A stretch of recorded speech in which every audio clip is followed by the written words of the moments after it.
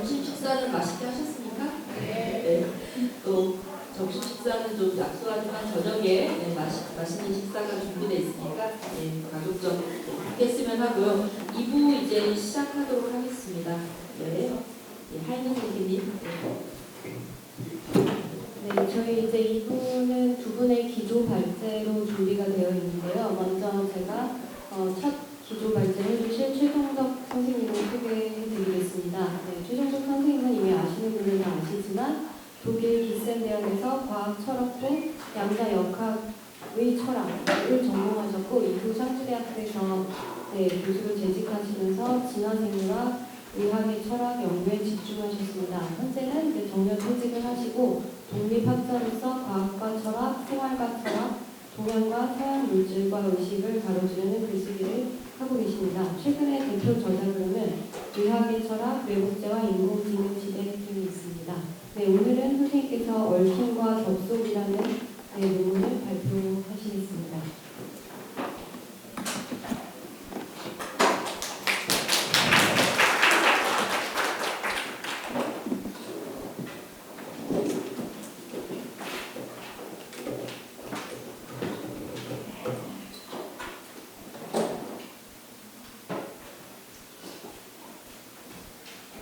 지금 소개받은 최종덕입니다.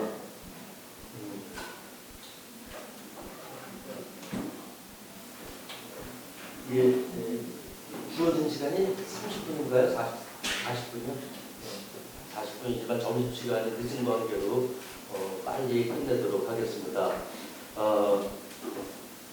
지금 하 교수님께서 제 소개를 잠시 했지만 제가 그동안 한철은 왜 모임에는 거의 나가지 않았어요. 왜 이렇게 많은 학회가 모여있는 연합대에 초청해 주셔서 정말 고맙습니다. 그래도 오랜만에 이렇게 많으신 분이 모인 학회는 진짜 요즘 드물잖아요. 아시겠지만 자, 오늘 전체 이야기는 신유물론인데 신유물론이라고 하는 것이 딱 한마디로 정의하기 어렵지 않습니까? 그만큼 다양한 아주 폭넓은 그런 스펙트럼을 갖고 있겠죠.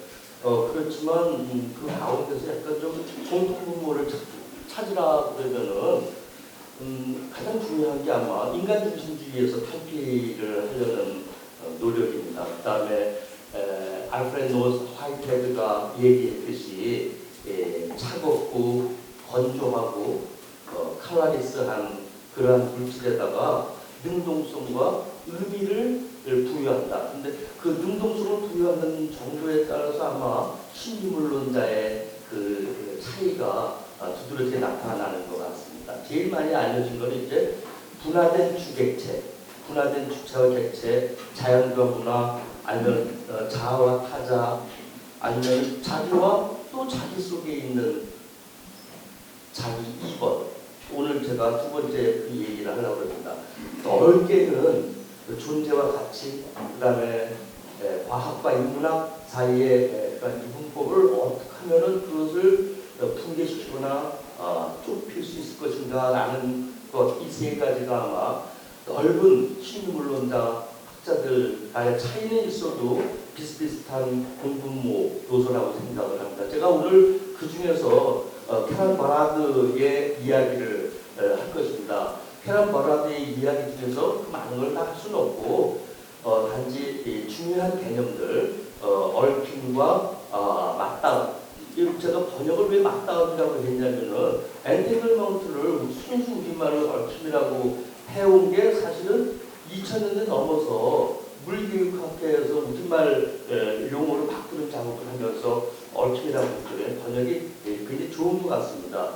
거기에 마음을 얽혀서 터칭도 번역할 게 뭐가 없을까? 접촉 말고 그러다가 다음이 아닙니다. 왜냐하면 이걸 얘기하면 터칭이 내가 너를 터칭하는 것도 있지만 상대가 나를 터칭하는 그러한 상호 터칭 혹은 셀프 터칭이 있거든요. 그래서 맞자를 붙여서 맞다음이라고 번역을 했습니다. 이게 좋은 건지 나쁜 건지는 이제 제가 평가할 건 아니고요. 그래서 얽힘과 맞닿음이라고 라는 제목으로 시작을 합니다. 그런데 버라드는 지금 인류학부, 철학부 소속에 있기는 하지만 그 사람이 양자역학으로 박사학위를 한 사람입니다. 정확히 말한다면 양자역학이 아니라 양자장론입니다. 그러면은 양자장론하고 양자역학은 무슨 차이가 있을까?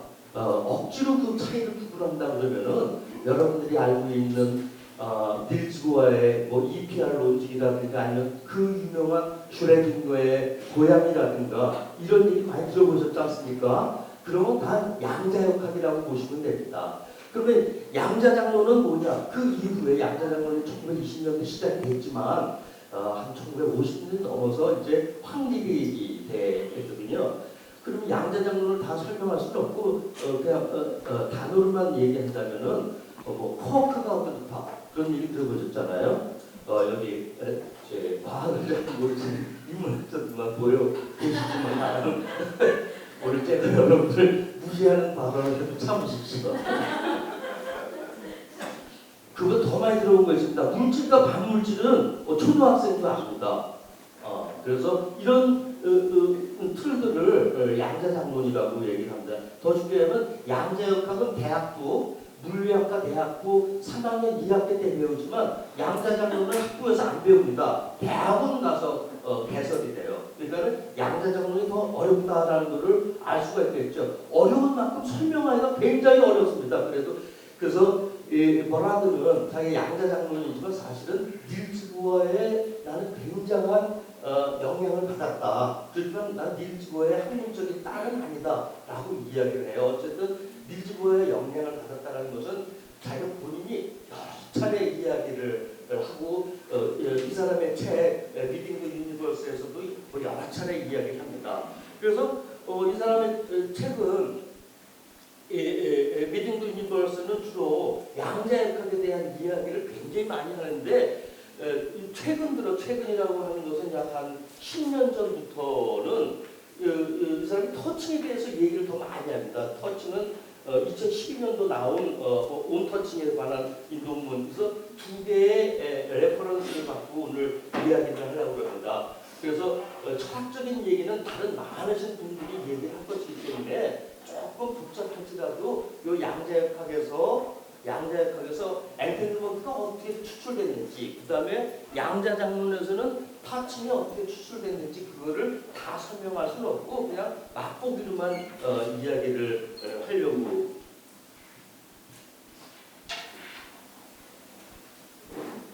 그럽니다. 그래서 우선 엔텔르먼트는 어떻게 나오냐면 이거는 1920년대 초반부터 아인슈타인과 양자역학을 하는 사람들 사이에 갈등이 아주 심화됩니다. 갈등이라고 표현해도 될 정도입니다. 왜냐하면 학회에서 언쟁도 상당히 높았었으니까요. 그래서 그 대표적인 게 이제 닐즈 보어와 그 다음에 아인슈타인 간의 논쟁이라고 그러는데 아인슈타인은 죽는 날까지도 양자역학을 신뢰하지 않았었거든요. 자, 그래서 1935년도에 아인슈타인과 그 두 제자 로젠과 포돌스키라고 하는 세 사람이 그걸 약자로 해가지고 아인슈타인, 포돌스키, 로젠 해가지고 약자로 보통 이야기를 합니다. 그래서 이 실험들, EPR 실험이 1935년도에 아인슈타인이 제출을 하는데 이거는 양자역학의 파동 방정식이 잘못됐다 혹은 불완전하다라는 것을 보여주려고 한 건데 오히려 이제 최근 들어서는 바로 아인슈타인의 양자 파동방 1935년도 이 논문이 오히려 양자역학을 더 잘 디스크립션, 기술해주는, 잘 설명해주는 그러한 모습이다라고 이야기를 합니다. 더불어서 말한다고 하면은 슈레딩거의 고양이도 그건 오늘 얘기를 하지 않겠지만 슈레딩거 이야기는 많이 들어보시지 않습니까? 슈레딩거 고양이도 양자역학의 파동 방정식이 잘못됐다라는 것을 이야기를 한 건데 요즘 어떻게 했습니까? 그 고양이를 통해 가지고 양자역학을 이해하는 안에 중요한 지표로 바뀌지 않았습니까? 그래서 이 실험은 이제 1935년도에 나온 실험이고 가상 실험입니다. 1935년대 기술적으로 이걸 할 수가 없었고 그래서 전자를 쏩니다. 두 개의 전자를 쏘는데 에너지 보존이 법칙이 되는 자 그러면 중학교 2학년 3학년 수준으로 전자를 플러스 2분의 1 전하와 마이너스 2분의 1 전하 합치면은 보존이 되지 않습니까?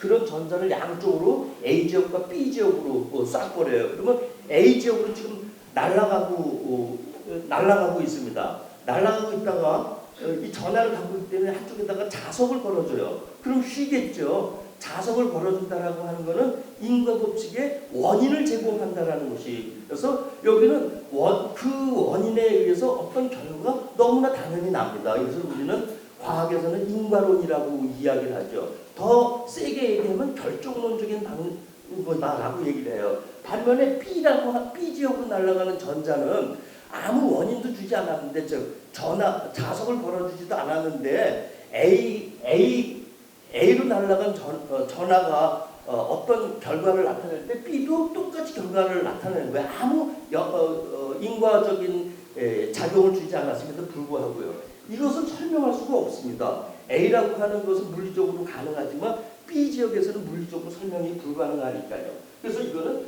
양자역학이 잘못됐다라고 이야기를 하려고 한 실험인데 거꾸로 이게 양자역학의 엔탱글먼트를 보여주는 아주 전형적인 실험이죠. 이게 1970년대에는 가상 실험이 아니라 실제 실험으로 나오게 됐습니다. 그래서 1970년대부터 1980년대 말까지 이 실제 실험을 굉장히 여러 차례 합니다. 여러 차례 하고 1982년도에 악스페라고 하는 사람이 있는데 이거를 한 17m, 여기서부터 17m 거리를 해가지고 전자 대신에 광자를 이용해가지고 이거는 1982년도 악스페 실험이고 제 박사학위 논문의 기본 출발되는 그림입니다. 그래서 전자 대신에 광자를 통해가지고 이제 싸가지고 이거 실제 실험이거든요. 그런데 A 지역에다가 물리적인 인과가 B 지역에 전혀 관계없는 B 지역에서 똑같이 일어난다라고 하는 사실을 가상 실험이 아니라 실제 실험으로 발견했고 이게 뭐냐? 오늘날 갑자기 몇 년 전부터 양자역학이 아주 유행하게 되더라고요. 제가 논문 쓸 때는 아무도 쳐다보지 않아요. 저도 덕분에 그래서 저도 사실은 페람바라드 읽은 지가 한 5년밖에 퇴직하고 읽었으니까 얼마 안 됐거든요. 저도 동달아 버라드라고 하는 사람이 양자역학도 했네 라고 하면서 저도 이제 여기다가 접촉을 한 거거든요. 바로 이 사람 그게 이제 양자통신 양자 그런 게 유행하기 시작했는데 바로 이것은 뭐냐 한쪽에다가 정보가 바뀌면 물리적 인과율로 바뀌면은 B 지역에 이게 17m였지만 17m가 아니라 17만 킬로 이론적으로 17억 광년이 떨어져도 똑같은 작용이 일어난다는 건 너무나 신기한 일이에요. 그래서 이거를 아인슈타인은 이거는 스푸키하다, 말도 안 되는 웃기는 얘기다라고 이제 비난을 했죠. 아스페는 이게 대학원 때 두 번째 박사 논문으로 이 실험을 한 거거든요. 이게 이제 결국 양자 통신하고 연관되어 가지고 작년에 아스페가 노벨 물리학상을 받은 게 바로 이 실험입니다. 자, 그래서 뭐냐? 닐즈 보아는 이거를 기존의 인간론자, 기존의 물리학적 결정론자가 보기에는 말도 안 되는 이야기지만 왜 A 지역에 간 전자와 B 지역의 전자 혹은 광자가 어떻게 이렇게 연결되는가라는 이야기 바로 엔탱글먼트 서로 연결되었기 때문에 그렇다라는 거죠. 그래서 여러분들이 나를 지금 보질 못하고 있고 여기 커튼이 가려져 있어가지고 커튼에다가 두 개의 구멍을 뚫고 왼손과 오른손을 A 지역이 오른손이라고 그러면은 A 지역에 있는 오른손의 개미가 누가 때렸죠? 때렸으면은 아프잖아요. 이거는 인과적으로 연관이 된단 말이죠. 아무 문제가 없겠죠. 그럼 B 지역에 있는 이쪽 손이 같이 아픔을 동시에 느낀다 그러면은 여러분들은 굉장히 신기한 일이지만 나한테는 왼손과 오른손이 이게 나한테는 한 몸이기 때문에 A 지역에 있는 오른손의 원인과 아픔이라고 하는 결과가 B에서도 똑같이 느낀다는 게 너무 당연하다는 거예요. 왜? 왼손과 오른손이 엔탱글먼트 되었기 때문에. 그래서 이 닐즈 보어의 해석은 약간의 홀리스틱한 관점이 포함되어 있습니다. 그래서 이런 데서 힌트 받아가지고 이제는 자연과 문화, 인간과 비인간, 비인간 뭐 어마어마하게 얘기를 들어보실 않고 여기서 모인 분들은 많이 들어보실 것 같아요. 처음에는 언휴먼이다가 이제는 인휴먼으로 이제 확장이 돼가지고 이야기를 하고 있죠. 그래서 이제 바로 이제 엔탱글먼트의 기초는 여기서부터 출발이 됐고, 이제 또 하나는 이제 버라드의 행위실제론의 가장 중요한 그 행위실제론을 논증하는 가장 중요한 논리 중에 하나가 인트라 액션인데, 이 인트라 액션은 이 책을 리딩 더 유니버스 이 책의 4장에서부터 5장, 6장, 7장, 8장까지 계속 나오게 됩니다. 그래서 나오게 되는데 이 내부작용 설명이 굉장히 어려워요. 책을 많이 써 있는데, 그런데 이제 2012년도에 나온 온터치에서 이 내부작용을 아주 쉽게 설명하게 됩니다. 왜? 양자장론을 이용을 해가지고 말이죠.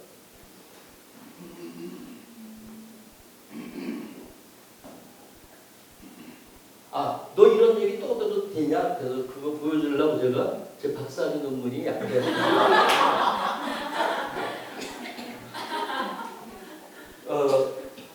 그래서 저는 양자장론에 대해서는 나중에 다른 공부를 한 겁니다. 그래도 여러분들보다 조금 더 습득이 좀 빠르지 않겠습니까? 자꾸 무지해서 미안합니다.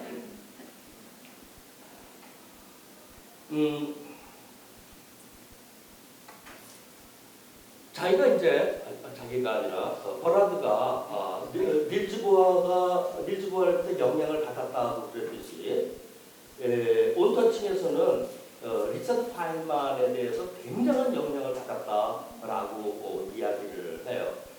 리처드 파인만은 아주 쉽게 아인슈타인 이후에 진짜 너무 쉽게 양자장론을 대중한테 알려준, 대중뿐만이 아니라 전문 학자들한테도 쉽게 설명해주는 아주 대단한 사람이라고 여겨집니다. 이 한 장의 그림으로 보여주는데 이 그림을 다 설명할 수는 없지만 간단히 얘기를 한다 그러면은 여기 지금 전자가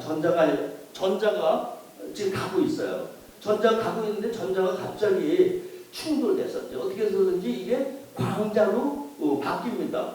그리고 여기 지금 이건 전자는 물질이지 않습니까? 전자가 물질이냐? 따지는 사람도 있지만 어쨌든 물질입니다. 물질이 있으면 여기 진공이 있겠죠. 그래서 지금 이 뿌랑탕 글씨는 이제 진공에 떠다니는 광자라고 생각을 하시면 됩니다. 그래서 광자로 갔다가 다시 또 전자와 합류해가지고 다시 또 전자로 가는 모습들이죠. 자, 이 그림을 너무 좋아해요, 버라드는. 이 그림을 좋아하는 이유가 뭐냐? 여기서 생성과 이것은 소멸되는 거예요. 소멸되다가 다시 또 합류해가지고 생성되고 소멸되고 하는 그 시간은 엄청나게 짧죠. 우리가 아는 시간을 따지면 10의 마이너스 21승 이하의 수준입니다. 그래서 사실은 순간이라고 눈 깜짝할 시간에 0에 22개가 붙은 시간이니까 그건 뭐 시간이라고 보기가 어렵죠.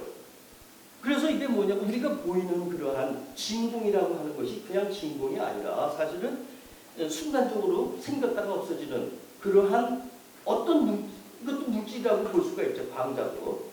그러한 생성 소멸의 단계를 거치고 있다라는 거죠. 이거는 이제 굉장히 이건 여러분들 이게 유명한지 모르시겠지만 엄청나게 유명한 다이아그램입니다. 이것을 파인만 다이어그램이라고 이야기를 해요. 그래서 이건 모르시더라도 파인만 다이어그램 나 들어봤어. 그 정도 말씀하시면 됩니다. 그래서 이쪽 시간축에 따라서 이제 전자가 충돌하면은 다른 물질로 바뀌어요. 바뀌는데 그 사이에 순간적으로 이제 광자 에너지가 생성이 됩니다. 그래서 버라드는 이것을 이제 셀프 에너지, 자기 에너지라고 표현을 해요. 근데 버라드가 표현한 거 아니라 원래 양자장에서 셀프 에너지라는 말을 이제 쓴 거를 인용을 해가지고 쓰는 거죠. 자, 그래서 우리가 보는 진공은 그냥 가만히 있는 진공이 아니라 사실은 이러한 물질이 어느 특정 부위가 익사이팅 돼가지고 확 올라오는 걸 우리 물질이라고 그러고 그렇지 않은 부분을 진공이라고 그러는 거예요. 근데 진공이 따로 있는 게 아니라 물질이 따로 있는 게 아니라 항상 바뀌는 거죠. 그러면 이거 이제 보자기라고 그러면 이 A 지역에 흔들림이 있으면은 여기 B 지역에 있는 것도 다 흔들릴 거라요. 그래서 A 지역과 B 지역이 200만 년, 200억 광년이 떨어진다 하더라도 전부 얽혀 있는 거죠. 이런 설명은 물리학자들 앞에서 했다가 욕 먹습니다. 굉장히 대중적인 언어를 사용한다고. 근데 그런 여기서 이 사진이 너무 효과가 있지 않습니까? 그래서 뭐라든 여기서 뭐냐, 처음에 진공과 물질이 따로 경계가 있는 것이 아니라 얽혀 있다라는 것이죠. 얽혀 있는 건데 이 그림을 보면 여기서 전자 가다가 어떤 힘을 받아가지고 뭐 그 힘은 뭐 예상을 할 수가 없는 거예요. 전혀 지금 이거는 비결정론을 강조하는 그런 틈새들이죠. 그래서 아까 제가 이제 생성소멸의 이제 기본적인 틀이라고 얘기를 했는데 이것을 이제 셀프라고 그러면은 이제 진공으로 바뀐 것을 난셀프라고 그런다 치자요. 그러면 난셀프가 다시 셀프로 합쳐지죠. 이 과정이 뭐냐면은 셀프 안에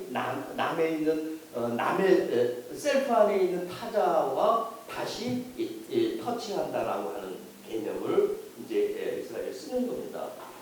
그래서 이제 이 터칭은 양자장론에서, 그다음에 얽힘은 양자역학에서 추출됐다라는 것을 이야기했는데 여기서 사실은 철학이 아니라 인문학적으로 많은 문제점을 제기할 수 있어요. 그래서 물리학에서 그렇다고 그러는데 그게 어떻게 인문사회 영역에서 이게 얘기가 될 수 있느냐라고 하는 그러한 질문을 저는 수도 없이 받았거든요. 아마 그것에 대해서는 버라드도 대답을 회피합니다. 사실은 회피하는 게 아니라 그 너의 질문과 나의 대답은 카테고리가 다른 거라서 그를 동일한 범주상에서 얘기를 하면 안 돼라고 하는 게 버라드의 얘기고, 버라드뿐만이 아니라 많은 이쪽 과학을 하는 사람들이 사회과학적인 커미트먼트를 할 때 그렇게 얘기할 수밖에 없는 거라는, 저는 이게 뭐냐, 자연주의의 아주 기초라고 생각을 합니다. 그래서 이 자연주의의 기초로부터 이제 많은 것을 설명할 수가 있는데, 자, 예를 들어서 지금 버라드는 이것을 통해서 내부작용, 인트라 액션하고 사이에다가 줄을 찍었죠. 왜? 인터액션하고 다르다는 것을 굉장히 이야기를 많이 합니다. 그래서 인터액션, 상호작용을 설명하라고 그러면은 여기 A라는 물체와 B라는 물체가 지금 이미 존재하고 있는데 A와 B가 어떻게 관계하느냐, 그것을 우리는 상호작용, 인터액션이라고 그렇게 하죠. 근데 이 그림은 뭐냐면은 이미 장이 먼저 있어요. 필드가, 양자장론이니까 양자장론에서 말하는 장입니다. 필드가 먼저 있고 이제 여기서 여기서 표현은 프레이기스트입니다. 필드가 먼저 있고 그 후에 물체가 들어오면 그 물체가 질량, 막 운동도 하고 그러는 거예요. 이걸 뭐냐면은 인터액션의 상호작용에서는 두 물체가 먼저 있고 두 물체가 사랑을 하고 질투를 하고 싸우고 또 부서지고 이런 관계가 성립되는 걸 우리는 상호작용이라고 한다 그러면은 여기서는 뭐냐? 먼저 필드가 있고 그 필드가 어떻게 움직이느냐라는 게 내부작용이에요. 그래서 인트라에서는 관계가 먼저 존재란 말 쓰기는 좀 쉽지 않지만 하게 온톨로지컬한 존재론적으로 언급이 될 수 있는 거예요. 굉장히 차이가 납니다. 그래서 인터액션처럼 설명하면 도저히 이해가 안 돼요. 먼저 관계가 먼저 있다. 예를 들어서 관계에 대해서 많이 많은 사람이 견뎌 들어가지고 러셀인데 러셀에 있어서는 영희와 철수가 사랑한다 그러면 여기 존재하는 게 철수 플라톤입니다. 그대로. 철수가 존재하고 영희가 존재하고 그 다음에 영희와 철수에 보이지 않는 사랑함이라는 게 또 존재하지 않습니까? 이게 버트란드 러셀 실제로는 굉장히 중요한 특징이죠. 그렇지만 먼저 뭐냐 이게 동등한 그런 실제는 여전히 버라드가 보기에는 그냥 기존의 상호작용에 의한 작용입니다. 이 사람은 뭐냐 양자장론의 기본 틀은 필드가 이 우주에 먼저 있는 것이기 때문에 그 필드에서 진공도 설명할 수 있고 물질도 설명할 수 있고 등등등등이라는 것이죠. 자 그래서 이 진공과 물질의 차이는 사실은 에너지의 차이에 지나지 않는다라는 것입니다. 저는 여기서 이제 뭐냐 이 터칭에 있어서 가장 중요한 특징 중에 하나가 자기만의 정체성, 아이덴티티를 어떻게 하면 이것을 붕괴시키는데 굉장히 큰 관심을 갖고 있습니다. 그래서 이미 이 전작 자체에 그러한 자기 엔터티를 혹은 아이덴티티를 설명할 수 없는 게 자기 내부 속에 타자가 이미 들어있는 것이거든요. 그래서 자기 완과 자기 투 사이에서도 이제 이미 여기서 좋게 얘기하면 만남이고 또 부정적으로 얘기하면은 충돌입니다. 콜라이전이죠. 그래서 이런 것을 통해서 항상 뭐냐 새로운 또 자기를 이제 형성해 나가는 거죠. 그래서 여기서 형성이라는 건 이제 뭐냐 이 사람 표현대로 말하면은 디벨롭 되어가는 진행 과정이에요. 그래서 이제 이 2007년도째 미팅 더 유니버스에서는 이 매터가 물질이라는 것이 이 명사가 아니라 매터링 동사다. 그거 아마 한 50번 이상 나올 겁니다. 그 책에. 그게 버라드가 만들어낸 말이에요. 버라드가 처음 생각해낸 것이 아니라 버틀러에서 젠더가 아니라 젠더링이라는 거지 않습니까? 같은 유기법입니다. 그래서 물질이 매터로 끝나는 것이 아니라 되어가는 그러한 과정들, 매터링이라는 표현을 이제 버라드가 쓰는데 이 쓰는 그 표현 중에 굉장히 중요한 게 바로 얽힘과 그다음에 맞다움이라고 하는 거죠. 그래서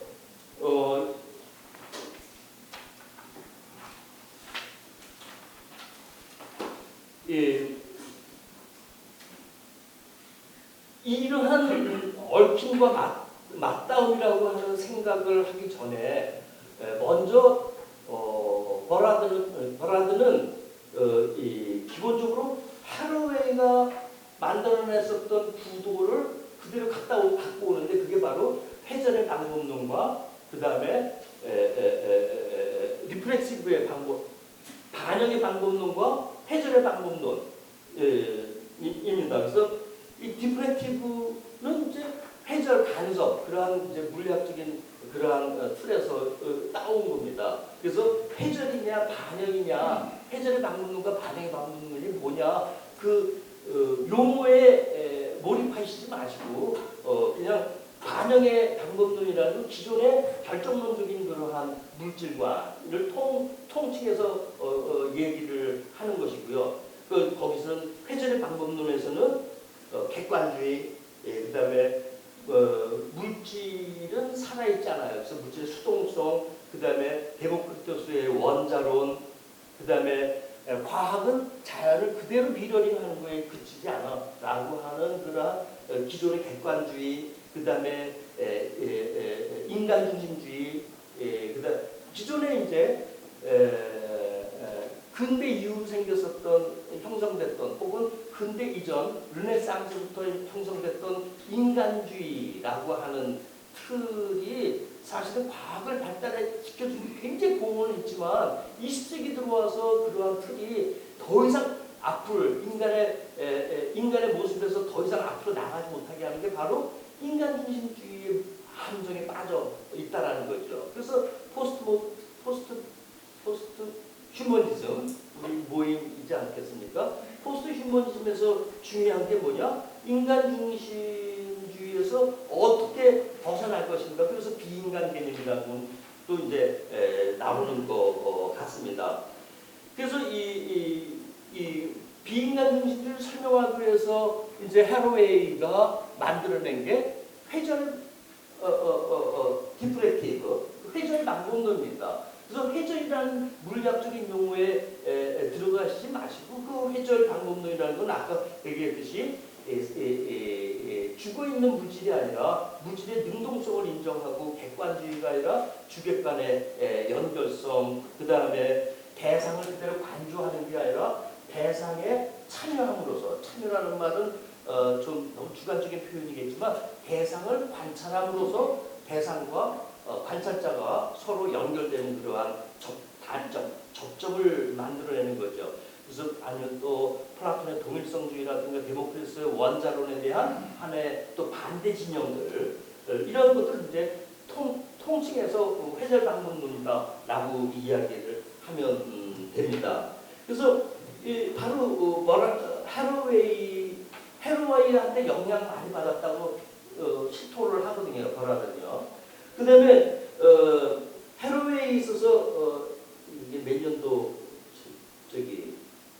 컴패니언스 패시스 선언문이 1900년도 2000년도가 2003년도인가 여기서 또 하나 헤로웨이는 전통 형이상학자 혹은 전통 과학철학자인 알프레드 화이트헤드한테 영향을 굉장히 많이 받았다라고 얘기를 하거든요. 그래서 제가 처음에 쓴 이 물질의 특성들, 기존 2500년 동안 이었던 물질의 특성들, 드라이하고 콜드하고 칼라리스하다고 한 표현, 이게 버라드의 표현이 아니라 화이트헤드의 표현입니다. 저는 화이트헤드에서도 한마디 할 수 있습니다. 석사 논문은 화이트헤드. 그래서 제가 독일에서 겨우 양력학으로 겨우 통과할 수 있었던 이유가 화이트헤드를 한 챕터를 넣어서 그게 가능했던 거예요. 왜 그렇지 않고 창조적인 그런 실력을 제가 보여줄 수가 없었거든요. 그래서 이 화이트헤드의 영향력이 신유물론에 깊게 깔려져 있다라는 것입니다. 그것은 신유물론 하면 제일 먼저 드는 사람이 누구더라? ANT 쓴 사람. 라투르거든요. 라투르는 아주 노골적으로 화이트헤드 없으면 자기 크지 못했다라고 이야기를 합니다. 근데 요즘 화이트헤드가 너무 신나친 형이상학자로 저쪽 나락으로 가 있는 평가를 많이 받기 때문에 그 문제였지만 사실은 요즘 신유물론자를 통해서 화이트헤드가 조금씩 다시 재복원되는 것들을 우리가 엿볼 수가 있다라는 것이죠. 그래서 저는 제일 중요한 게 인터랙션과 다르게 먼저 릴레이션 필드가 먼저 깔려 있는 상태의 그의 물질의 질량이나 물질의 운동이라든가 뭐 등등등등 이렇게 라고 보고 어쨌든 그 물질을 어떻게 하면 능동성으로 볼 것인가가 전체 신유물 그 넓은 스펙트럼을 갖고 있는 신유물론자들의 공통분모인 듯 여겨져요. 너무 차이가 많거든요. 그래서 앞에도 발표하신 박준영 선생님 제가 그때는 오지 못했지만 글을 제가 잠깐 봤거든요. 거기서도 이제 언급을 했겠죠. 들레즈의 영향은 안 받은 사람이 없을 거라요. 자, 그런데 여기서 뭐냐면은 제가 요즘 좋아하는 사람 중에서 토마스 네일이 있습니다. 존재와 모션, 존재와 운동이라고 하는 제목도 아주 좋죠. 내일이 생각해낸 건데 내일도 물질에서 능동성을 부여하는데 이 능동성을 부여하는 그 수준이 조금씩 다른 거예요. 그래서 그게 신유물론자들을 연결이라기보다도 신유물론자들을 표현하는 그러한 것인 것 같습니다. 그래서 이 네거티브 유물론을 많이 들어보시지 않았습니까? 그 뭐죠? 오브젝티브 오리엔티드 머테리얼리즘이 있단 말이죠. 이게 뭐냐? 이 물질에다가 능동성을 조금만 부여하는 겁니다. 혹은 스페큘라티브 마테리얼리즘도 물질에다 능동성을 조금만 부여했다는 말이 무슨 뜻이냐면은 신유물론자 전반이 물질에다가 의식을 부여합니다. 혹은 의지를 부여합니다. 혹은 정신을 부여하죠. 그래서 물질을 좀 더 살아나게끔 하려는 게 신유물론자들의 전반적인 흐름들이거든요. 근데 어떤 사람들은 의식을 조금만 부여해요. 그리고 어떤 사람들은 의식을 많이 부여합니다. 제일 많이 부여한 사람이 누구더라?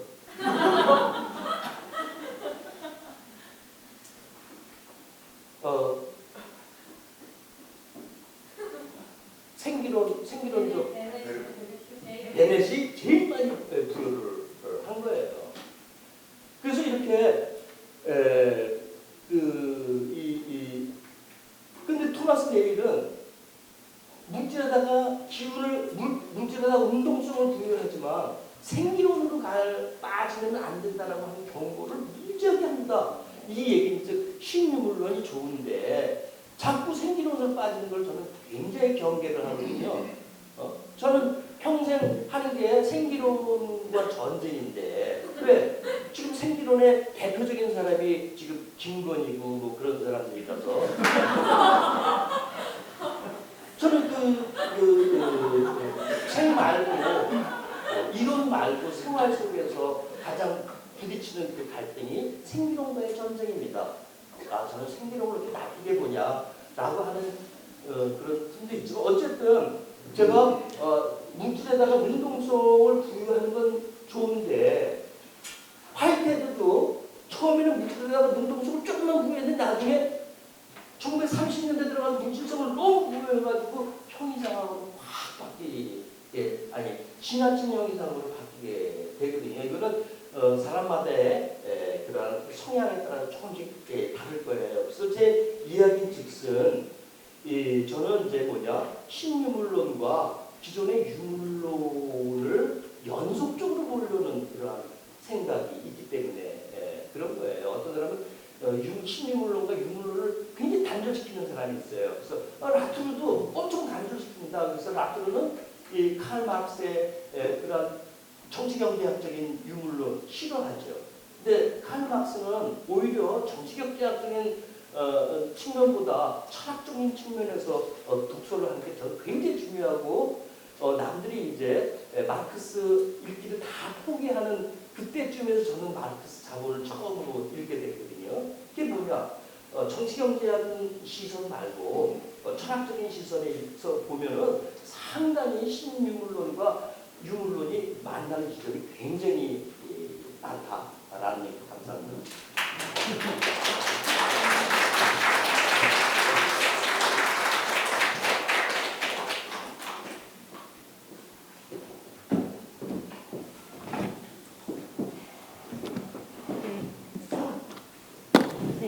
저희 두 번째 기조 발제로는 박은찬 교수님께서 나오시겠습니다. 네, 박은찬 교수님은 현재 숙명여대 영어영문학부에 근무하고 계시고요. 현대 미국 수서를 전공하셨고요. 네, 그리고 현재 또 HK 플러스 사업 단장이자 영문학연구소 소장으로 근무하고 계십니다. 그리고 저작으로는 혐오 이론 1, 2, 그리고 물질 혐오 등이 있습니다. 오늘은 위기인가 기회인가 포스트휴머니즘의 공경과 신인문론 정치의 가능성으로 발표를 해주시겠습니다.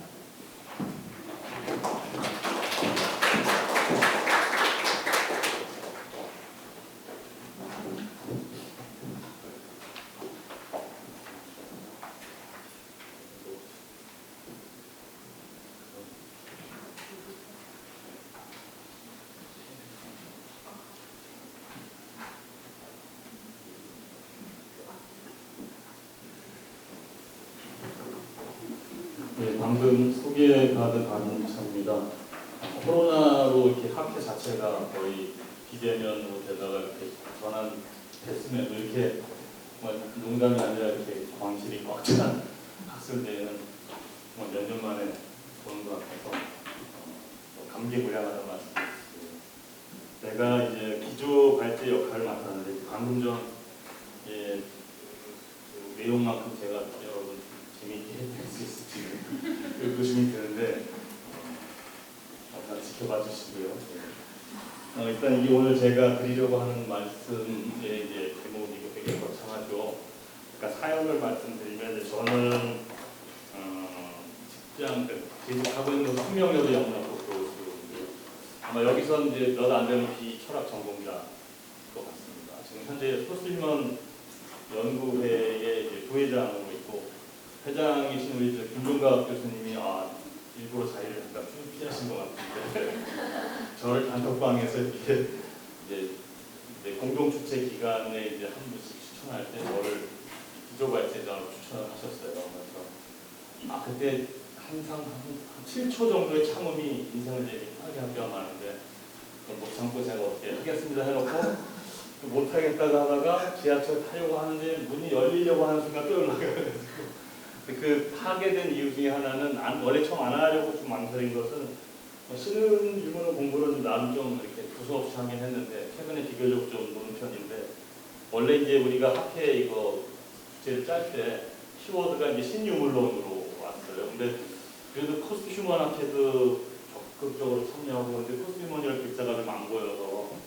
포스트휴먼 학회 마치 대표 선수라고 할 수는 없으나 포스트휴먼을 좀 이렇게 키워드로 넣어서 뿌려가야 되지 않을까 그런 생각에서 포스트휴먼에 대해서 좀 하고 싶은 말이 있었던 거예요. 신유물론과 이렇게 좀 약간 러프하지만 좀 연결하려는 취지가 사실 일단 있습니다. 그래서 그 배경인즉슨 그렇게 됐고요. 그래서 위기인가 기회인가 포스트휴머니즘의 본경과 신유물론 정치의 가능성 해서 모든 글자 자체가 좀 거창하긴 한데요. 여기서 위기인가 기회인가는 이제 지금 이 시기가 위기이긴 하겠지만 그것뿐만 아니라 담론으로서의 포스트휴머니즘 자체가 지금 엄청난 전성기처럼 보이긴 하지만 제가 보기엔 뭔가 상당 부분 좀 약간 문제성을 많이 갖고 있지 않나 그런 생각을 갖고 있었고 혹여 신유물론이라는 어떤 비교적 최근에 배부된 어떤 철학적 방법론 성찰이 그런 포스트휴머니즘의 현 상황을 이렇게 좀 헤쳐나가는 하나의 좀 신마이가 되지 않을까 그런 생각을 하게 됐습니다.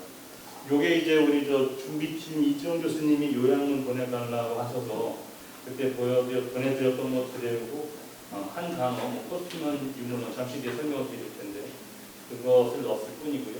지금 아마 눈으로 보시면 알겠지만 지금 포스트휴먼 시대라는 말은 아마 여기저기서 많이 들릴 겁니다. 한국연구재단에서 조만간 어떤 발신될 어떤 학술대 제목에도 포스트휴먼 시대라는 게 어찌 오피셜한 텀으로 오를 정도인데 근데 이 포스트휴먼 시대라는 말이 그렇게 간단치가 않잖아요. 아주 이질적인 것들이 막 충돌하는 지점인데 그것을 이렇게 어떻게 보면 설명하거나 리드하거나 그럴 담론, 어떻게 보면 지금의 좀 주류 담론이라고 할 수 있는 포스트휴머니즘 담론이 잘 그것을 수행하고 있는가 거기에 대해서 좀 약간 이의제기가 있고 그래서 그것에 대해서 어떤 해결책까지는 아니지만 도움 줄 수 있는 게 신유물론은 아닐까 이게 약간 억지스럽지만 이렇게 붙여보려고 하는데 어쩌면 이 학회에 대한 키워드인 신유물론이 그런 역할을 할 수 있다면 상당히 좀 많은 반응을 얻지 않을까 생각합니다. 대략 이런 순서로 하겠습니다. 이건 제가 뭐 PR을 하려는 게 아니라 제가 발표하는 곳에 대한 약간의 자의식표 전혀 저를 모르실 것 같아서 저에 대한 소개예요. 그냥 첫 줄은 제 소속이고 전공이 이제 이것을 얘기 드리는 이유 중에 하나는 포스트 휴머니즘을 이해하는 경로가 사실 상당히 다를 거예요. 여기 계신 분들은 대부분 철학 전공에서 이해하지만 저는 주로 이제 최근 문학과 포스트 모더니즘, 그다음에 SF를 요즘은 그 SF만 주로 가르치는 거라 포스트 휴머니즘은 사실 포스트 모더니즘 SF에서 되게 일찍부터 접했던 단어입니다. 그런 배경에서 제가 지금 학대에서 인문학부 사업 단장을 맡고 있는데 거기에서 주제가 좀 거창하긴 합니다. 혐오시대 인문학의 배경인데 세부 분과가 한 5개 연구 과제가 있어요. 뭐 인종 혐오, 젠더 혐오, 블라블라블라, 비인간 혐오이고 제가 이제 속해서 열심히 세미나 하는 곳이 이제 비인간 혐오입니다. 이 얘기를 왜 드리는지는 일단 이렇게 말씀드리면 이해하실 수 있습니다. 그러니까 인간에 관한 혐오도 있고 비인간에 관한 혐오도 있는데 그렇다는 얘기죠. 그리고 관련해서 제가 쓴 글만 이거 PR이 아닙니다. 네, 말씀드리면 제가 이제 현대영미소설학회 회장을 잠깐 한 적이 있는데 아마 오늘 사회 보시는 하 교수님 그때 발표가 잘 안 왔어요. 그때 했죠. 하 교수님이 너무 조용하시지만 영문학 전공하시고 18세기 쪽에서 이걸 하셨던 건데 이 사무리 시대에 오신 것을 환영합니다가 사실은 대 주제가 New Materialism and Matters라는 주제로 현대영미소설학회에서 학술회를 했고 그때 이제 제가 기조 강연으로 했던 게 이제 포스트 휴머니즘의 새 접근을 이제 뉴 머티리얼리즘으로 소개한 건데 여기 계신 분들처럼 뉴 머티리얼 신유물론을 막 철학적 계보하에서 그렇게 공부했다라기보다 뭐 티모티 몰튼이라든가 뭐 빌 브라운의 뭐 띵티오리 같은 비교적 미국에서 많이 언급되는 것 위주로 뭔가 광범위의 전환을 알렸던 거고요. 그 뒤로 이제 관련된 글을 썼고 제가 이제 사업단을 2020년에 뭐 HK를 수주하면서는 저희가 속한 팀들에게 이제 일제히 지금부터 신유물론 공부를 하자 그래가지고 그때부터 한 달에 한 번씩 이해하지 못한 채로 대체지향론까지 읽어 왔고요. 비교적 최근에 올해는 이제 관련된 논의를 외국에서 발표했고 이제 예를 들어서 이제 요건도 나중에 나올 것 같았습니다. 대만에서는 한국 최근 SF를 가지고 어떤 이론 비슷한 용어를 좀 만들어 보려고 노력을 했습니다. 그리고 지금 After the Human이라는 미국에서 꽤 활발한 그 SF 평론가자 영문학자가 쓴 책을 지금 번역을 마친 상태고 아마 곧 나올 수 있을 것 같습니다. 자, 이 얘기부터 시작을 하겠습니다. 포스트 휴머니즘의 본경은 좀 더 넓게 보면 포스트 휴먼의 본경이라고 할 수 있고요. 이 포스트 휴먼은 휴먼에 대한 얘기고요. 이 말은 이제 포스트 휴먼의 조건이라는 말을 브라이언 도티가 그 포스트 휴먼 날리지 서두에서 밝히는 것에서 시작을 합니다. 아마 많이 들어보셨을 텐데 제가 이제 번역한 문장으로만 보자면 그러니까 우리는 이제 지구 행성에 거주하는 비인간 거주자를 포함해서 인간 모두는 4차 산업혁명, 뭐 최근의 자본주의라고 할 수 있고 다 아시죠? 6번째 대멸종 두 개 사이에 좀 낑겨 있다. 근데 둘은 사실 되게 인과관계가 꽤 적지 않습니까? 그러니까 과학기술에 의한 기후위기를 주장하는 쪽이 많기 때문에. 근데 이 문제는 이 두 개의 서로 이질적인 가속적인 힘 사이에서 어떻게 균형을 취하느냐가 지금 우리 포스트 휴먼의 과제다. 라고 이제 그 브라이도티가 포스트 휴먼 컨디션이라는 얘기를 했어요. 그러니까 제 얘기가 말씀드리는 거는 이따 보시겠지만 이 현 상황을 어떤 데다 더 포커스를 두고 접근하냐에 따라서 아주 이질적이고 서로 상대적인, 아주 상반되는 포스트 휴머니즘 방론이 나온다는 거죠. 그래서 이 첫 화면은 아주 서로 다른 각도의 우리가 통칭 포스트 휴먼 이론가라고 하는 사람들의 몇 문장들을 제가 가져왔거든요. 좀 전에 우리 발제에서 많이 들으신 그 헤로웨이의 그 Stay with the Trouble 아마 2016년 여기를 보면 이제 여기서의 그 헤로웨이는 아주 최소한 서너 번 정도는 자기는 더 이상 포스트 휴머니스트가 아니다. 아시지만 헤로웨이는 1980년대에 그 사이버그 매니페스토라는 글로 사회주의 페미니즘자로 입문을 했지만 그 이후에 헤로웨이의 편력을 보면 기술 중심의 혹은 기술 만능 중심의 포스트 휴먼으로부터 이렇게 후무스, 뭐 브리토나 이런 페리주의자라고 얘기하죠. 좀 더 이렇게 자연 생태계에서의 비인간과의 얽힘을 주장을 더 바뀌고 있죠. 분명히 좀 다른 각도죠. 반면에 오늘은 이제 들으면서 오전 발제도 그렇고 제가 언급할 그 이론가들을 미리 이렇게 많이 띄워주셔서 고맙기도 하고 좀 부담도 됩니다. 사전 지식을 다 갖고 제 말씀을 드릴 거예요. 왜냐하면 저는 이 지금 남은 시간 동안 할 얘기는 그렇게 딥한 얘기보다 좀 더 개괄적인 수준의 얘기를 할 거라서 그런데요. 보거스는 이제 객체지향 존재론의 이제 대표적인 이론가고 에일리언 한 상황에서 이런 말을 합니다. 지금의 포스트휴머니즘은 충분히 포스트휴먼하지 않다. 이 말인즉슨 여전히 휴먼에 내어 있다라는 뜻으로 한 겁니다. 아직도 휴먼에 내어 있다라는 게 이제 지금 보거스의 지적이고 최근에 우리나라에서 번역서를 많이 익히는 영문학자이자 이제 80인주의의 유명한 그 차크라바르티라는 인도계 학자는 흥성시대 기후의 역사의 기후에서 이런 얘기를 합니다. 포스트휴머니즘은 그 자체로 정치를 다룰 수가 없다. 그러니까 포스트휴머니즘은 정치적이지가 않다.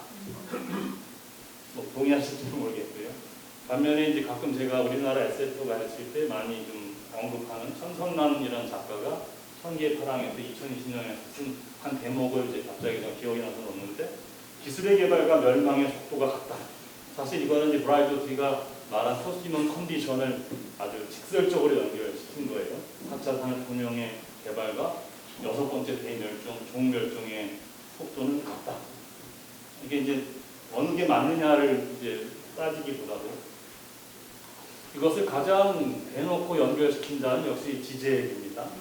지젝이 비교적 최근에 Like a Thief in a Broad Day라는 책에서 포스트휴먼의 부상과 인류세는 참 제가 강의 준비하다 보니까 좀 영어 발음도 나오는데 전혀 뭐 저의 뭐 영어 친화성이라기보단 우리 청중분들께서 잘 소화해 주시리라 믿음을 갖긴 했어요. 그래서 밑줄도 걷고 중간에 우리말도 있습니다.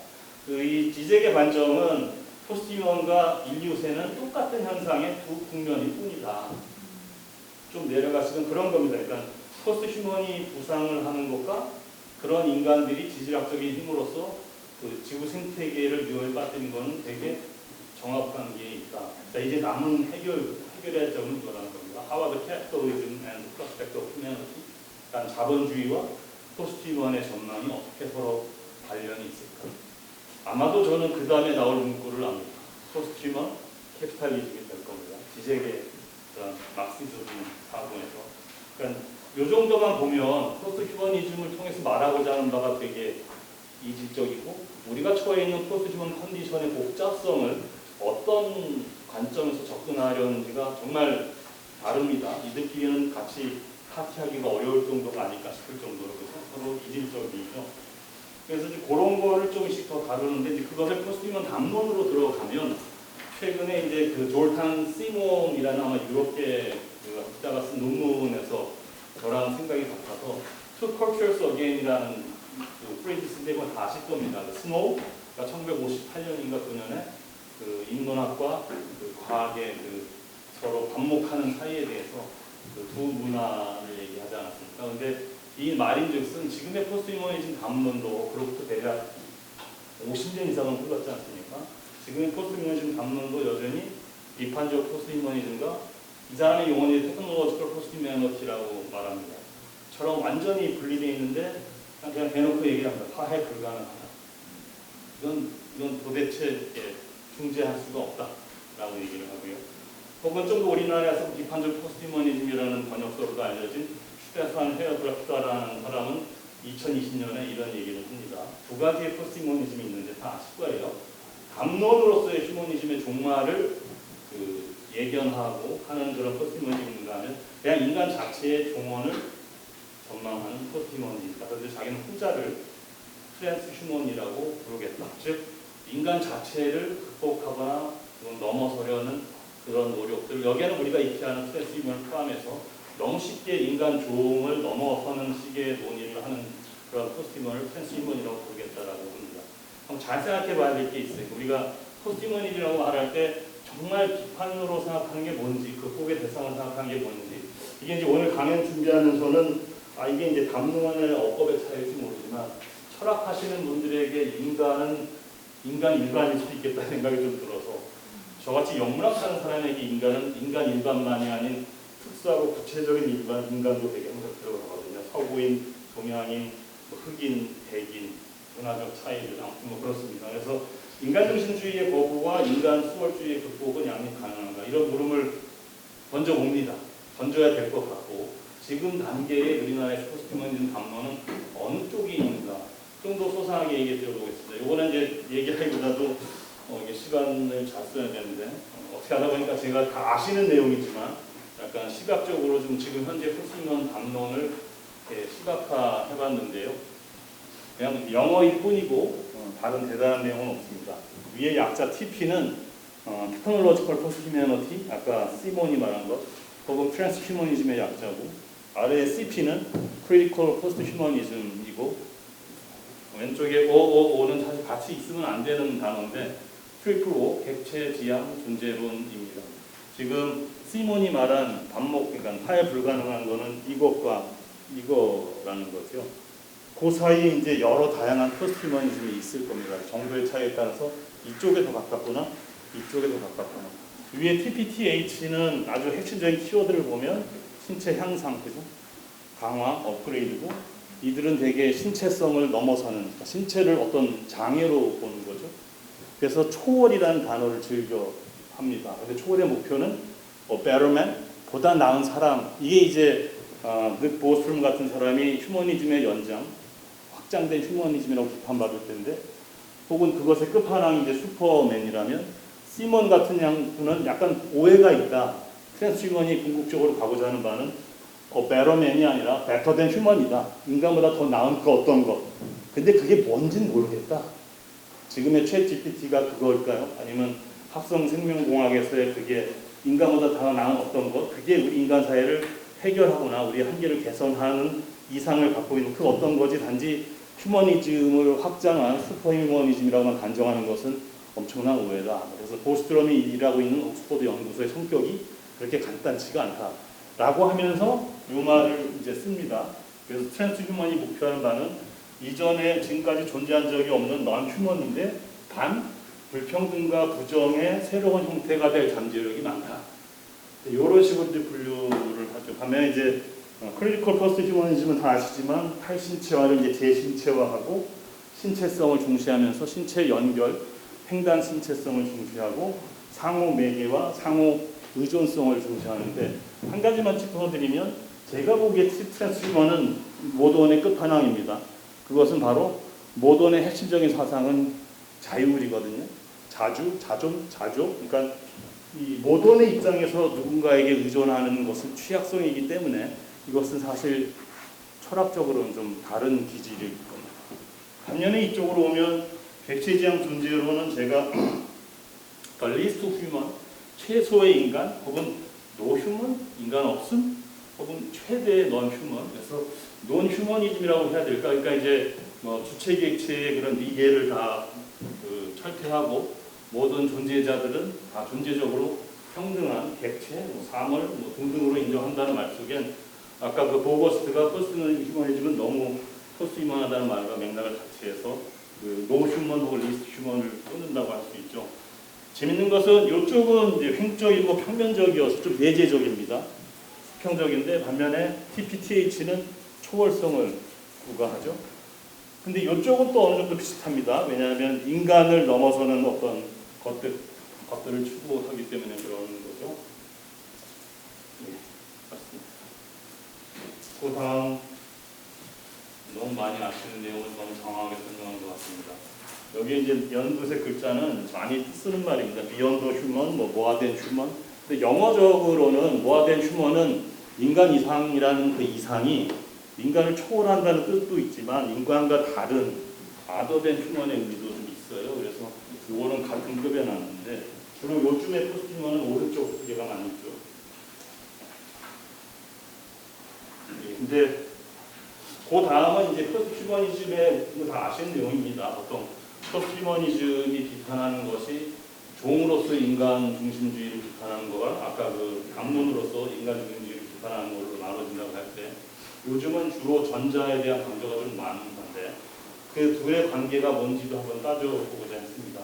이 말은 뭐 제가 이제 쓰는 표현으로 치면 인간 종중심주의는 이를테면 종과 종 사이의 인터스피시, 종차별주의, 종간차별 발음을 잘해야 되는데요. 종간차별이라면 휴머니즘 인간 중심주의는 인간 종 안에서 이루어지는 종내 차별이라고 할 수 있죠. 그런데 제가 얘기 드리려고 하는 거는 이 종내 차별에는 필연적으로 종간 차별의 논리가 압축적으로 작용한다는 거죠. 그래서 오른쪽을 보시면 인간 종 중심주의의 피라미드가 있다면 맨 꼭대기 인간을 오른쪽으로 프랙탈처럼 다시 가져오면 종간 차별의 논리가 뭐 백인, 유색인, 여성, 성소수자 이런 식으로 제대로 서열화된다는 거죠. 그래서 아간벤이 말한 것처럼 휴머니즘의 인류학적인 버전이 인간 중심주의라면 인간 중심주의는 제가 말씀드리는 건 이런 거죠. 인간의 인종화를 기본으로 깔고 있다는 거죠. 우리가 그냥 무심코 쓸 수 있는 휴먼이라는 말 자체가 인종화의 혹은 종족 차별의 결과라는 겁니다. 아시기 쉽게 이제 서구라는 서구인이 인간의 토상이었다면 서구와 다르고 차별화된 비서구 등등이 이제 그런 인간보다 못한 존재가 된 거죠. 비슷한 논리의 사다리로 보면 다 이렇게 서열이 되겠죠. 이런 질문도 사실 준비하면서 생각해봤습니다. 우리나라에서 포스트 휴머니즘이 인기를 끌고 있는데, 예를 들어 우리나라 이제 여기 계신 분들도 한국인이라고 칭하는 건 되게 위험한 방송이겠지만, 한국인이 포스트 휴머니즘의 어떤 인간의 총화라면 그 밑으로 다른 외국인 조선족들이 있을 수 있지 않을까? 이런 식으로도 한번 생각해보면 어떨까 하는 생각이 들었고, 이거는 그러니까 인종화로서의 휴머를 보여드리는 예를 가져왔는데 다 아시는 내용이긴 한데요. 제일 익숙하신 그림이 아마 오른쪽일까요? 이게 이제 프랑켄슈타인이라는 소설의 개정판 1831년인데, 이게 이제 프랑켄슈타인에 나오는 The Creature, 괴물이라는 자의 비주얼 컷인데요. 직관적으로 이 인물을 보면 인종이 뭐일 것 같습니까? 백인, 피부색이 좀 브릿빛 아니에요? 저랑 호흡을 잘 안 맞춰주시네요. 왜냐하면 빅터 프랑켄슈타인이 처음에 엄청난 베스트 오브 더 베스트 휴먼을 만들려는 계획을 하고 크리처를 만들었을 때 완전히 계획과 반대로 되자 아주 스스로 혐오를 느끼며 묘사하는 내용이 나옵니다. 그때 자기도 모르게 본능적으로 색깔을 옐로우라고, 물론 옐로우는 진짜 이렇게 좀 구릿빛쳐서 할 수 있지만 거기에 이미 감정의 이제 가치 판단이 들어간 거거든요. 그래서 어떻게 많은 학자들이 거기에 이제 프랑켄슈타인에 내재된 인종 차별적인 걸 읽었는데, 제가 뭘 말씀드리려고 했냐면 인간에 미치지 못하는 걸 나타내는 혐오 표현에 너무나 자동적으로 옐로우라는 색깔이 들어갔다는 거죠. 왼쪽은 잘 아시지만 이제 재밌는 건 이제 그 프랑켄슈타인에서 괴물이 이제 나도 여자 괴물 하나 만들어주면 너처럼 나 저기 가서 조용히 살게, 그때 어디로 간다고 했냐면 중남미로 가서 살게 돼요. 야만과 짐승의 나라. 메시 같은 사람 입장에서 엄청난 분노의 얘기죠. 중남미가 그 당시에는 야만의 얘기였거든요. 왼쪽 그림은 스페인 식민지 제국주의 시절에 1550년에 있었던 그 유명한 바야돌리드 회의입니다. 그러니까 무차별적으로 원주민 인디오들을 학살하는 것에 대해서 비상 회의가 열렸고, 왼쪽에 이제 인문학자라고 하는 세프파다 같은 사람은 이들은 아예 인간이 아니기 때문에 죽여도 된다. 노예로 삼자라고 했다면, 라스카스라는 이런 당시의 주교는 그래도 이들도 대등한 대우를 받아야 되고 기독교적인 교화의 대상으로 봐야 된다. 목적은 이제 기독교 교화였거든요. 제가 얘기 드리는 건 이게 다 식민지, 아메리카 식민지 얘기인데, 이게 이제 템페스트라는 셰익스피어의 작품의 제목입니다. 칼리바니라는 식민지 거기 이제 원주민이 등장하거든요. 거의 동물하고 진전없는. 여기에서 이제 멋진 신세계라는 제목이 유래했습니다. 이제 백인을 태워오는 배를 보고 프로스페로의 딸이 탄성을 지르거든요. 멋진 신세계. 아마도 지금으로 치면 그 배에 탄 백인들은 프랑스 휴먼이었을 겁니다. 오른쪽은 다니엘 듀크의 로빈슨 크루소이고, 이거는 이제 잘 아시는 언캐니벨이라는 그림인데 70년에 심지어는 로봇에 대한 것에서도 인간 중심주의 기제가 작동을 했다는 거예요. 정상적인 인간에 미치지 못할 때 끔찍함을 느낀 예를 말할 때 우리는 밑에 보면 시체 좀비 사이보고, 여기에 이제 요약권이 없는데 아픈 사람, 그래가지고 이 언캐니벨리 자체가 사실은 정상성, 장애를 중심으로 인간을 차별했고 그 똑같은 기제를 로봇에게까지 적용한 대표적인 사례라는 거죠. 그래서 이런 식의 인간의 미개가 있다는 겁니다. 그래서 이런 질문을 하자면 포스트 휴먼의 휴먼은 누군가? 이런 질문을 저는 해야 된다고 생각합니다. 포스트 휴먼의 휴먼은 누군가? 너무나 막연하게 우리가 지금 얘기할 때 포스트 휴먼 얘기하지만 거꾸로 미국의 그 수많은 흑인들, 미국 원주민들은 자 우리 손잡고 포스트 휴먼의 세계로 가자 그러면 어떻게 받아들일까요? 이들이 한 번도 우리를 인간으로 대접한 적이 없는데 어느 날 갑자기 포스트 휴먼의 세계로 가자고? 아 그럼 드디어 휴먼이란 딱지가 아닌 다른 우리의 너네들이 표상한 적이 없는 인간을 이들이 이제 인정하고 가겠다는 거야? 그건 아닌 것 같은데 그런 식이니까 포스트 휴먼과 인종에 대한 고민이 없어서 똑같은 논리로 한국의 포스트 휴머니즘에서 휴먼은 누구인가를 이제 물어야 되지 않을까? 그러니까 한국 사회가 인간 중심주의의 종언을 맡고 있다는 얘기인가? 아니면 서구 포스트 휴머니즘의 단어를 그냥 리피트하는 것은 아닌가? 뭐 이런 부분도 있고 이게 이제 대표적인 흑인 여성 페미니스트 원주민들이 쓴 얘기들입니다. 당신들의 그 포스트 휴머니즘은 예전에 늘 보던 유럽적인 초월주의의 재반복에 불과하다. 겉으로는 어떤 그런 차별을 타개한다고 하지만 심지어 그 객체성이라는 것 자체도 객체가 갖고 있는 어떤 역사성 자체를 너무 쉽게 간과한다 뭐 이런 말이고요. 이거는 이제 제가 개인적으로 좋아하는데 미국 원주민의 경우는 당신들이 그렇게 떠드는 비인간 철학은 인디안의 철학이야말로 비인간인데 거기에 대한 언급이나 경위는 있죠. 제가 이제 인디안 문학을 가끔 좋아해서 초기부터 많이 읽는데 물론 광 얘기는 덜 할지 모르지만 지금 말하는 그 non-human, 인탱글먼트는 사실 그 네이티브 아메리칸들의 기본적인 삶의 철학이었거든요. 거기에 대한 살아있는 그리고 니들이 빡살한 그런 비인간 존재자들에 대한 얘기는 별로 없지 않냐 뭐 이런 발문입니다. 그래서 뭐 이런 질문을 할 수 있다는 거죠. 지금의 포스트 휴머니즘은 인간하고 인간 중심주의 거기 얼마나 부합한가.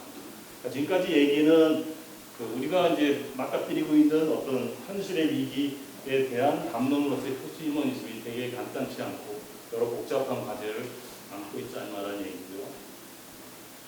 시간이 이제 한 15분 남은 것 같은데요. 그 신유물론 정치입니다. 이거 빨리 달려야 될 것 같아요.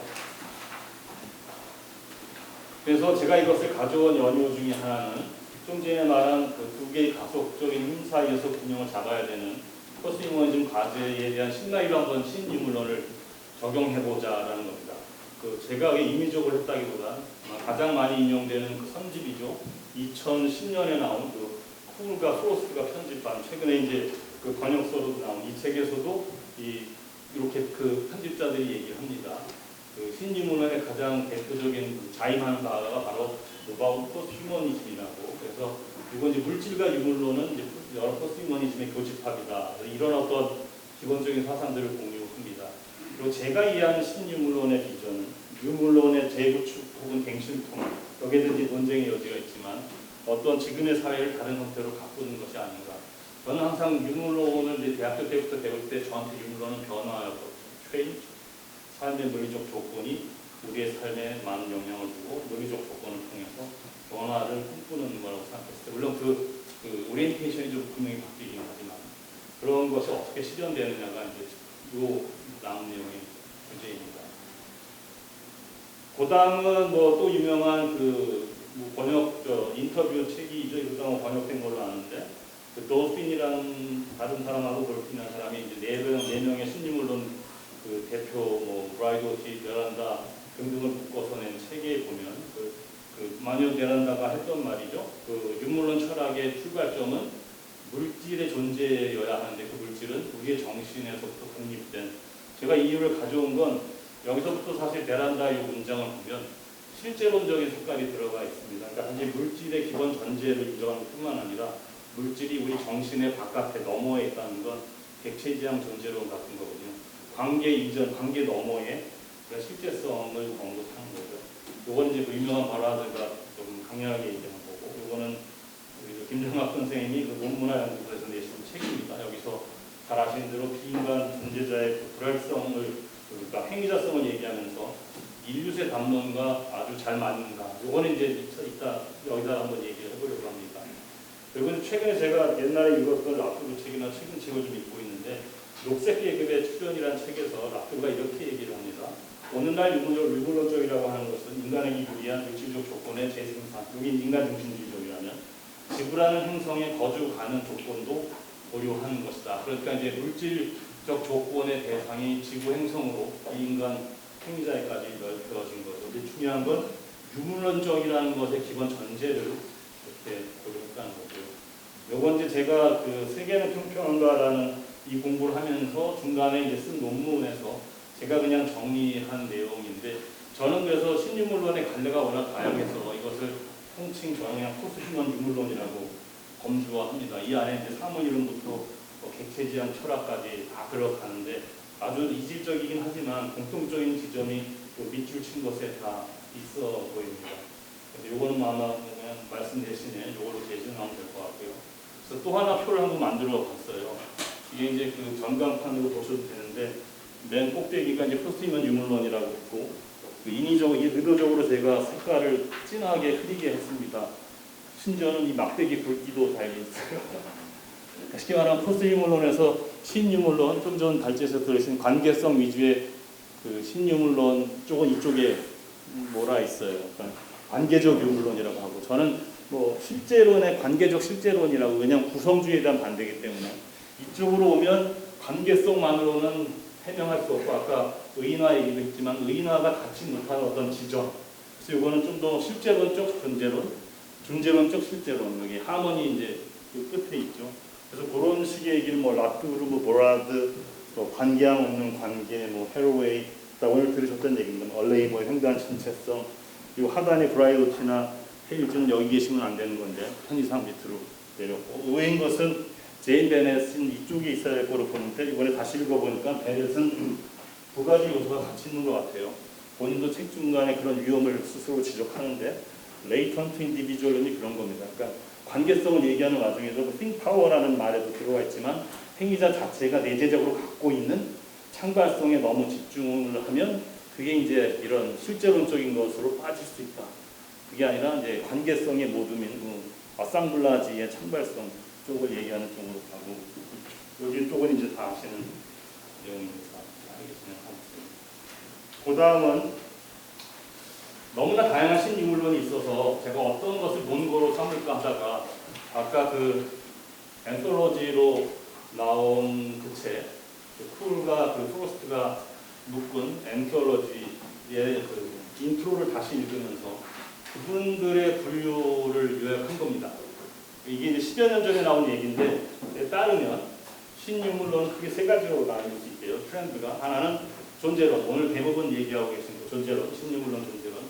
두 번째는 바이오 유물론, 그러니까 생명공학의 아주 급격한 발달에 따른 바이오 유물론인데, 생명윤리와 생명정치의 범주인데, 이런 말을 합니다. 밑줄 친 걸 보시면 What kind of ethical value should we achieve? 그러니까 어떤 종류의 윤리적 가치를 합성 생명에 줘야 되는가, 어떤 기준에 따라서, 그리고 누가 책임질 수 있어야 하는가, 이런 문제를 신유물론은 고민한다 라는 얘기를 하고요. 세 번째 트렌드는 critical materialism, 그러니까 비판적 유물론. 이거는 그러니까 지금 이 세 번째 부류의 신유물론은 가장 정치적이다. 이것은 사회적으로 적극적인, 그리고 사회적 참여와 개입, 그다음에 현재의 불평등에 대한 비판적 분석을 수행하는 거다. 그러면서 이런 필드의 여러 시민이나 존재자들을 어떤 물질적인 힘과 권력 관계 내에서 물론 비인간 존재자를 포함하는 거고요. 그래서 신유물론, 비판적인 신유물론은 신유물론 존재와 마찬가지로 관계성으로 물질성을 볼 뿐만 아니라 파워풀 인터레스트, 그러니까 서로 권력 강력한 그 이익 힘들의 발현으로서 본다. 제가 이걸 왜 가져왔냐면 이렇게 물음을 한번 드려보고 싶어서 그래요. 여러분들이 보실 때 정말 이 세 가지 신유물론이 지금 우리가 논의하는 신유물론이 맞나요? 저의 짧은 공부에 따르면 주로 첫 번째만 신유물론에 해당하지 않아요. 존재론적인 얘기. 그러니까 예를 들어 생명윤리, 생명정치에 대한 적극적 비판적 개입이 신유물론으로 분류되었던가, 또 세 번째 비판적 유물론의 어떤 쇄신이라고 하는 어떤 정치적 실천, 그런 게 지금 논의되는 신유물론에서 논의되고 있는 건가? 그러니까 이거 제가 좀 모르는 단견일 수도 있고, 그래서 물어본 겁니다. 그래서 주로 신유물론이 그런 존재론적인 접근과 논의에 국한되어 있는 것은 아닌가. 그래서 묻고자 하는 건 세계에 대한 유물론적 기준으로 사회를 어떻게 변화시킬 것인가 뭐 이런 얘기를 열심히 썼습니다. 예, 주어진 시간이 5분인데요. 제가 읽은 대부분의 포스트 휴먼 신유물론 관련 책의 챕터 결론은 거의 비슷합니다.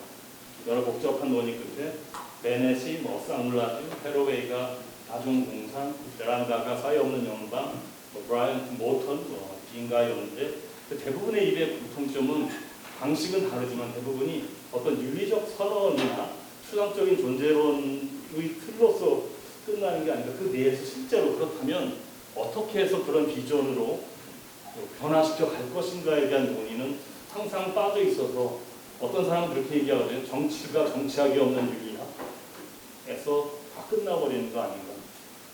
정작 그들이 추구하는 것은 새로운 성찰을 통해서 변화를 가고자 하는 거라면 거기에 대한 뭔가 좀 더 실질적인 얘기가 있어야 되는 게 아닌가. 그래서 그런 이유가 한편으로 보면 인간 자체를 너무 일반화해서 그런 것이 아닌지, 그리고 인간 중심주의 자체가 너무 타협정치적인, 실제 인간 중심주의가 발현된 여러 복잡한 그런 사회 역사적인 맥락에 대한 치밀한 논의는 별로 없는 게 아니고 객체지향처럼 얘기를 했지만 넘어가고요. 그래서 새로운 정치 생태학이 추구를 하려면 통상 저의 경우는 신유물론 그러면 되게 너무 추상적이고 정치적 실천력이 미흡하다는 얘기를 하는데 뭐 이해는 가긴 하는데요. 최근에 차크라바르시가 라투르랑 대화에서도 그런 얘기가 나오긴 하죠.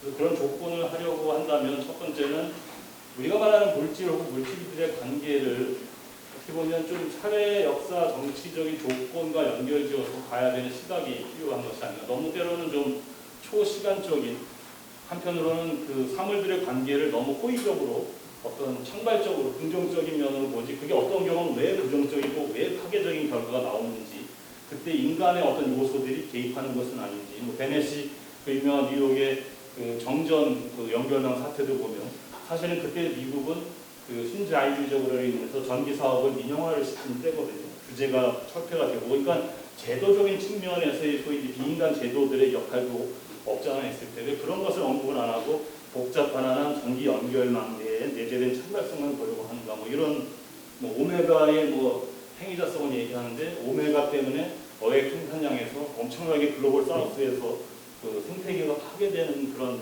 물질적 변화도 있잖아요. 뭐 그런 겁니다. 그리고 인간과 인간 중심주의를 너무 성급하게 동일시하지 않기.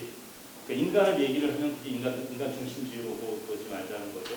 그리고 이제 이건 평평한 존재론에서 제가 글을 썼을 때 하는 건데, 존재론적 평등도 물론 다 평등하다 그런 건 아니지만 차이에 대한 중요를 무시하고선 그 다음 단계로 나가는 게 어렵지 않은가, 뭐 이런 얘기고요.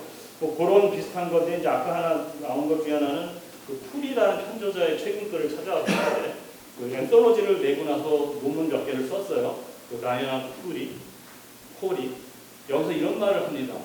책임이라는 단어를 꺼냈는데, 자기가 보기엔 이런 책임의 문제가 신유물론의 기본적인 전제가 되어야 된다. 이렇게 책임이란 건 이런 겁니다. 그 인류의 기후 위기에서 막대한 피해 어떤 영향을 준 인간들이 최소한 그것을 회복하거나 그 저지하는 데 동원되는 인간의 역할 자체에 대해서는 그거를 그들의 행위자적인 능력으로 임무로 가야 된다. 그러면서 이 말이 오해되지 않기를 도덕적인 의미에서가 아니라 인간의 물질적 행위자로서의 그런 역할과 그런 게 전제가 되지 않으면 신유물론은 공허하다, 이런 얘기를 합니다.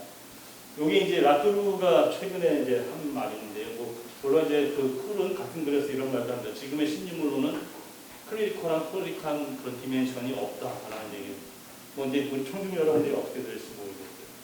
최근에 이제 라투르가 이런 말을 하죠. 녹색 계급에 출연해서 상황이 바뀌어야 되는데 어느 것도 변하지 않는다. 저는 이 기후위기 자체가 자연재해라고 보지 않습니다. 다 동의하시겠지만 이것은 어떻게 보면 인재죠. 그래서 한편으로 보면 이것은 이제 제가 그럼 뭘 어떻게 할 것이냐에 대한 여러 현재 제가 볼 수 있는 여러 예들을 소개드리는 건데, 라투르의 그 Politics of Nature에서 제안한 Political Ecology로 보면 지구 온난화는 그야말로 정치, 경제, 뭐 과학기술, 자연이 혼합된 혼성체다. 그럼 그에 상응하는 인간과 비인간으로 구성된 정치적 집합체 같은 게 필요하지 않습니다. 혹은 녹색 계급에 출연해서 보면 그런 문제를 대처할 뭐 이게 현실적으로 어떻게 가능할지 모르지만 지구 사회 계급 같은 게 필요하지 않겠냐. 제가 한때는 이게 이제 인간 중심주의를 비판하면서 이런 걸 쓰는 게 좀 모순된다고 해서 비판한 적이 있는데, 저는 요즘의 입장은 항상 그렇습니다. 인간의 역할이 필수적이라는 것 자체는 인정해야 되지 않냐. 이게 인간 중심주의라고 단정하는 것은 문제가 있지 않을까. 요새는 이런 논의도 나옵니다. 뭐하든 포스트 휴먼.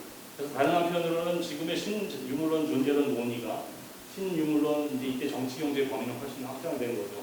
그리고 그런 실질적 동력으로 나가야 되지 않을까. 그래서 조심스럽게 제가 요새 고안하는 어떤 뭐 일단 임의적이긴 하지만 생각하는 개념이 이제 크리티컬 넌 휴머니즘이라고 요 사이에 애매모호하게 하이픈 바로를 넣었습니다. 의도는 아마 부족하실 건데요. 아마 이런 말하면 요새 반동적이라고 할지 모릅니다. 또 휴먼턴, 휴머니스턴하고 좀 다른 휴먼턴을 고민해야 되지 않을까. 항상 비인간의 활성을 얘기하고 막상 뭐라도 다 좋은데 so what? What's the next step을 얘기하면 휴먼턴에 대해서 이제 뭔가 계획적으로 논의를 해야 되지 않을까. 또 하나는 지금 이제 무슨 콜포 페이퍼스나 이런 걸 받아보면 그냥 우리가 근대 이후의 담론을 논의하는데 포스트 휴먼과 관련된 담론을 볼 때 이렇게 좀 줄 세우게 하는 느낌을 많이 받아요. 그러니까 모더니즘 자체가 담론의 서열화 아닙니까? 간선화인데 포스트 휴먼과 관련된 논쟁을 이렇게 어트랙트하는 것들을 보면 그 안에서 약간의 가장 진보된 것이 포스트 휴머니즘이고 그렇지 않으면 되게 올드하고 물론 올드하겠죠. 근데 담론이 그렇게 되지를 않거니와 그래서는 안 된다는 개인적인 생각을 갖고 있습니다. 왜냐하면 그것들의 충돌과 교섭이 그 다음 스텝으로 나가게 하는 것이기 때문에 저는 뭐 저 혼자도 그렇지만 포스트 휴머니즘 안에서는 그런 식의 단선적인 위계는 좀 위험하지 않을까. 그 밖에 이제 자주 말씀을 못 들었지만 서구 중심이 아닌 다른 시각에서의 포스트 휴먼 논의가 이제 공부가 돼야 되지 않을까. 쭉 내려가시면 그래서 이런 얘기 공감하실까요?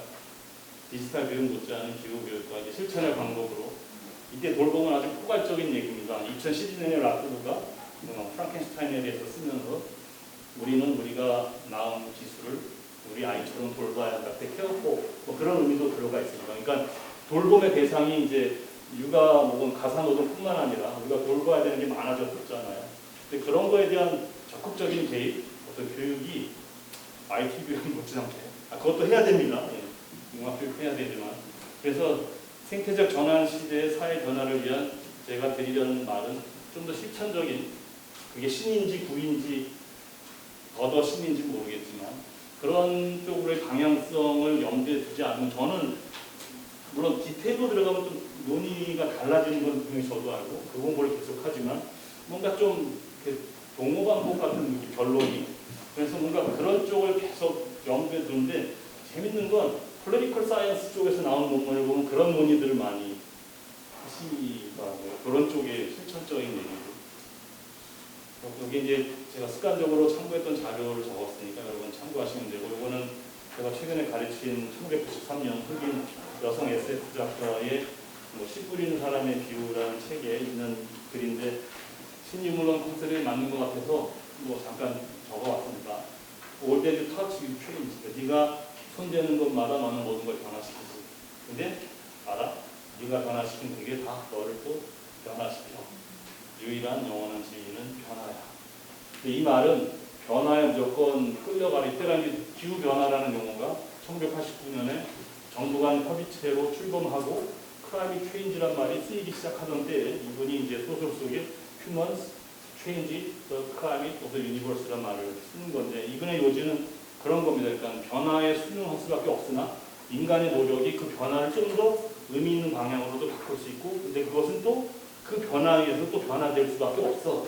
근데 우리는 또 멈추는 게 아니라 그 변화에 대해서 또 유의미한 변화를 만들려는 또 다른 공동체의 노력을 해야 될 거야. 뭐 이런 식의 얘기를 하는 거고요. 그래서 거기서 나오는 일종의 이제 성경 같은 얘기입니다. 씨 뿌리는 돼지의 씨앗이라는 이제 성경을 만든 거예요. 제가 쫓겨서 시간을 한 5분